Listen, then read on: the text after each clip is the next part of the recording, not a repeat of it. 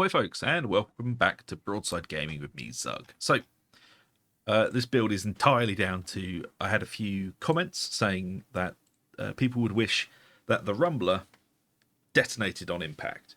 And it took me way longer to realise, but I suddenly thought, oh yeah, that's just a grenade gauntlet. So, we're going to look at a grenade gauntlet build. In fact, we're going to look at 2 grenade gauntlet builds, but we'll be focusing on one build in each video. So, the next one will be in the next video.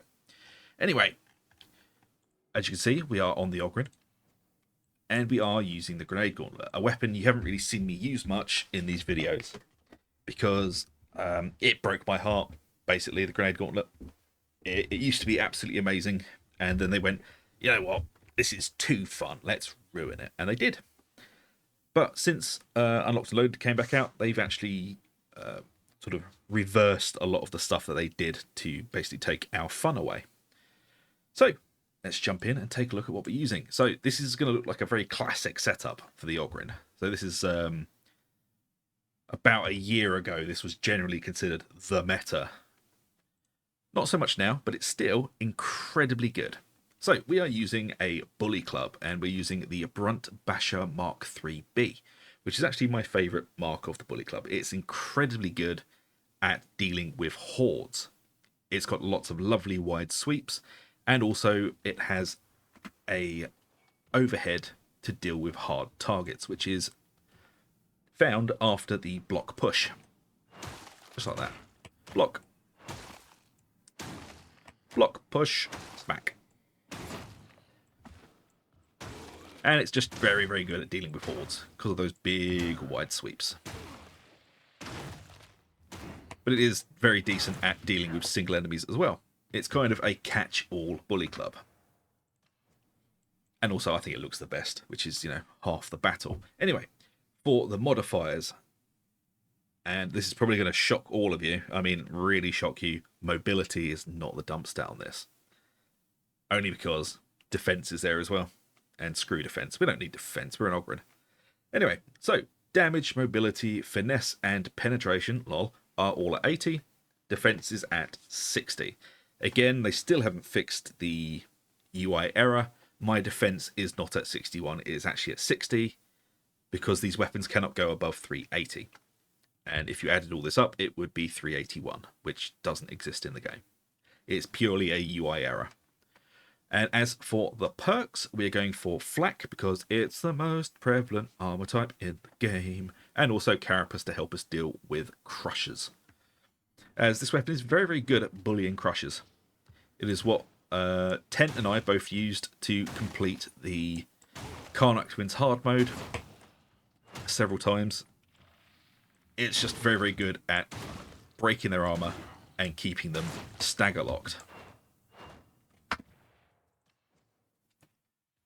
And as for the blessings, we're going for Thunderous, which hitting an enemy gives you 4 stacks of 2.5 brittleness.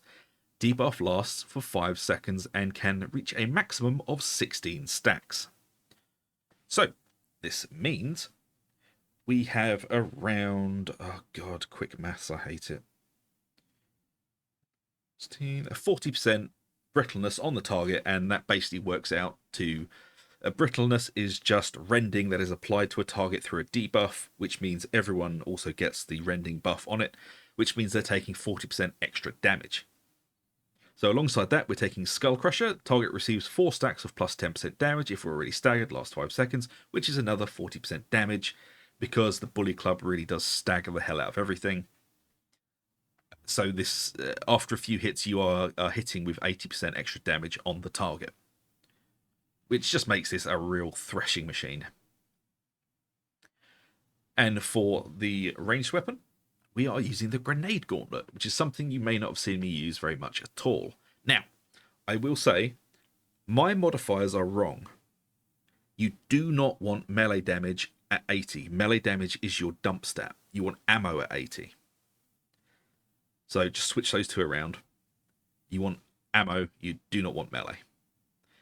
This does work as a melee weapon, and you do get heavy hitter debuffs through it, but we don't care about that. We want the ammo to allow us to, you know, shoot more. So, at 80, you want ammo, blast damage, penetration, lol, and blast radius. and melee damage is your dump. Now, perk-wise, we are going for plus 25% damage to maniacs because this is what we're going to be using to snipe them. And we're also going for plus 25% damage to flak armored enemies because flak armored enemies are the most prevalent enemies in the game. And as for blessings, we're going for pinpointing target, plus 8% strength for every 0.4 seconds while aiming, stacking 5 times, discharges all stacks upon firing. Now, you do have to brace this to be able to fire it. And as you can see, pinpointing target is stacking up, and this is how we are going to snipe all the specials.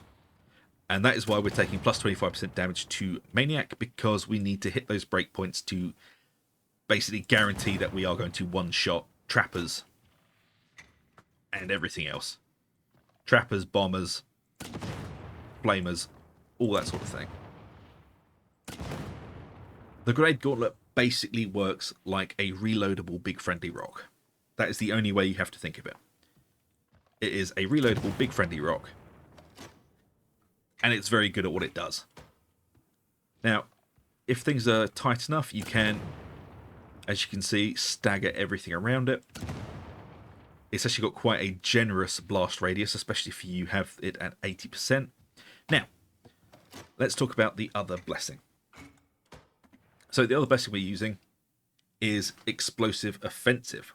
Now, this gives you plus 15% strength bonus for 5 seconds after hitting multiple enemies with your weapon. Special Explosion. So, to get this to proc, you need to find yourself a group of enemies. And to do this, you use your special action button. For me, it's mouse button 4. And this basically looks like this. Now, you need to hit at least 3 enemies with this, which can be irritating, especially when I've knocked everything around, to get it to proc. Oh, everything's all over the place. Alright, that should be 3. There you go. And that gives you the plus strength. And that is applied to both ranged and melee. And as you can see, it does work as a melee weapon on just normal swings. And heavy attacks do count to keeping up your heavy hitter. As you can see, I'm still using the Grenade Gauntlet, and it's stacking up nicely. So, when are you going to want to be using the Special Attack Blast? Well, mixed hordes. When there is a horde coming at you and it's got Ragers mixed in and it's got Maulers mixed in, the Special Attack is a really good way of just deleting those Ragers out of the pack.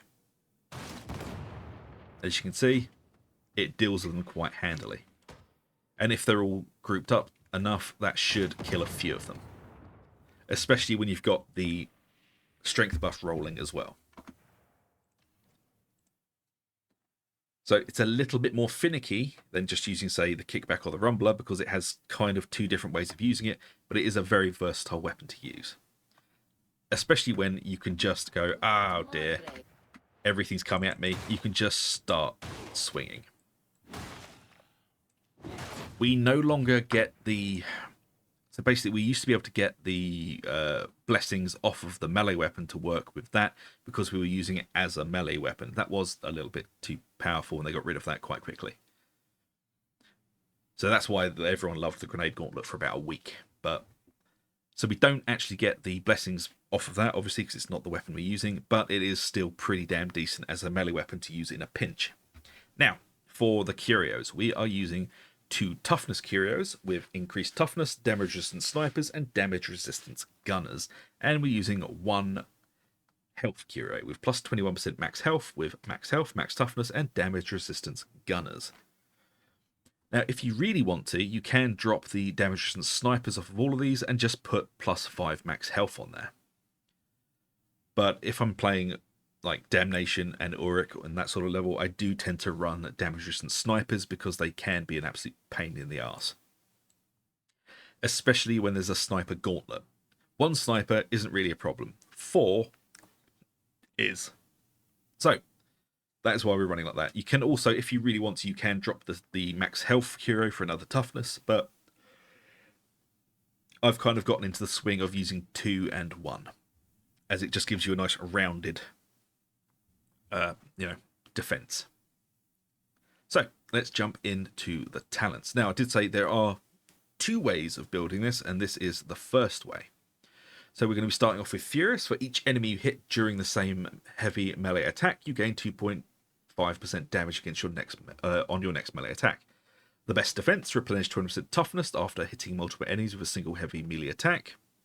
Toughness boost into Smash 'em, replenish 20% toughness after hitting a single enemy with a heavy melee attack. Heavyweight, the best node in the Ogryn tree, and if anyone ever tells you not to take it, you just ignore them.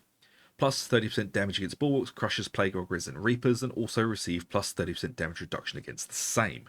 And then Linchpin, toughness replenishment while incoherence is increased by 50%.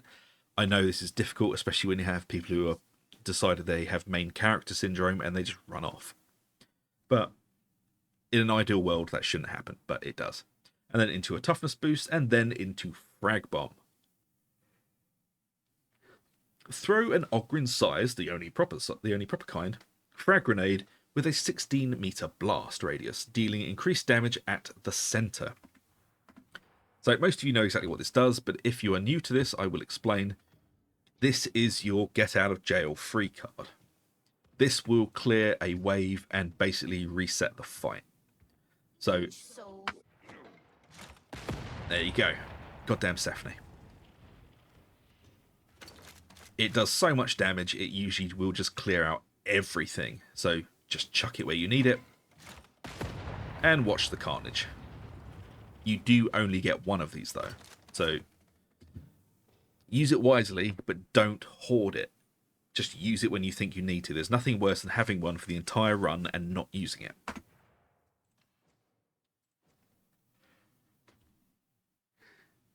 Next up, we've got Soften Them Up. Enemies damaged by you take 15% more damage for 5 seconds. Then it's a toughness damage reduction into Indomitable. Charge forward with great force, knocking back enemies and staggering them. Gain plus 25% attack speed and plus 25% movement speed for 5 seconds. Charge is stopped on collision with monstrosities. That isn't exactly true. You can stop yourself. Say, for example, you are aiming for a specific crusher, say this one. You could hit F and then hit the S key, which is back, to stop yourself in your tracks so that you can basically run up to it and be exactly where you mean to. And also so you don't go careering off to somewhere you don't want to. Obviously you don't have to do this, but when you're targeting something specific, that is how you do it. And then we're going to be grabbing Stomping Boot, which replenishes 10% toughness per enemy hit with Indomitable, and also Trample. Now, you can choose either one here. I just prefer Trample. For each enemy hit by Bull Rush, you gain a stack of Trample. Trample increases your base damage by 2% for 8 seconds, max stacks 25. Which means we hit enough people with it, we get plus 50% damage for 8 seconds. But if you want more defense, you can take Pulverize, which applies 5 stacks of bleed to any enemy hit by Indomitable. Now you pair Pulverize with Delight in Destruction, which gives you plus 8% damage resistance per bleeding enemy in melee range, stacks 6 times. So if you want to go for defense, you go for Pulverize. If you want to go for increased damage, you go for Trample. I would highly suggest you try both of these out and see which you prefer. And then we go into Rending, gives us another 5% Rending boost. And then we take Batter, which inflicts plus 4 stacks of bleed on heavy melee hit, which also stacks with Delight and Destruction. Into Heavy Melee Damage Boost, which just gives us more heavy melee damage. Into Bonebreaker's Aura, which again gives us plus 10% heavy melee damage. Into Melee Damage Boost here. Into Too Stubborn to Die, which gives us plus 100% toughness replenishment while below 33%. This is basically your oh crap talent. This is going to help you if things have suddenly gone very, very sketchy. And then, of course, Delight and Destruction, which gives us defense per bleeding enemy in melee range. And then into Dominate. Now, Dominate gives us plus 10% rending for 10 seconds on elite kill. Rending basically works out to 1% rending equals 1% damage. So this is just giving us a 10% boost every time we kill an elite. then into toughness damage reduction, into implacable, plus 15% damage reduction while charging melee attacks, into heavy melee damage boost, into heavy hitter. Now, heavy hitter gives us plus 5% damage for 7.5 seconds on heavy attack hit, stacks 5 times. Then we're grabbing just getting started. While heavy hitter is at 5 stacks, we gain 10% attack speed, and then also unstoppable. While heavy hitter is at 5 stacks, toughness replenishment for melee kills is increased by 100%. So this is just going to let us be an absolute melee powerhouse. Now we'll jump into the middle. We've got plus 15 toughness into get stuck in. On activating your combat ability, you and your allies' incoherency gain plus 20% movement speed, and are also immune to stuns and suppression. And then Bruiser, 4% combat ability cooldown reduction when you or an ally incoherency kill an elite enemy. So both of these are buffing our Indomitable ability. Now, if you want to, you can remove Unstoppable, but there isn't really anywhere super handy for us to put it. Basically, you can get 5% health, 15% toughness, suppression dealt, you don't want suppression dealt, or 15% toughness over here. These are basically pointless for us. And crunch. Now let's talk about crunch. It has a ridiculously long wind-up time with the Bully Club. It basically, you have to hold the heavy attack until it starts swinging on its own. So as you can see, normal heavy attacks are pretty quick, but to get crunched to proc, you have to leave yourself open for a very long time. And honestly, I don't think it's worth the time it takes to wind it up. Now, you can take it for a precaution against bigger and heavier enemies. It's totally a viable option doing that. But you won't get much out of this on the day-to-day, just normal heavy attacks, because it takes too long to wind it up. But if you want to take it, just be warned, you will probably only ever really use this against crushers and probably monstrosities. But it is there for the taking if you don't want to take Unstoppable. But there you go, folks. That is the classic Ogryn Bully Club Grenade Gauntlet build. I hope you enjoy it, and if you do, please do like and subscribe. It really does help us out. And I shall catch you all for the next one. And the next one will be a variation on this build, but slightly more tanky. So until then, take it easy, and I'll see you later.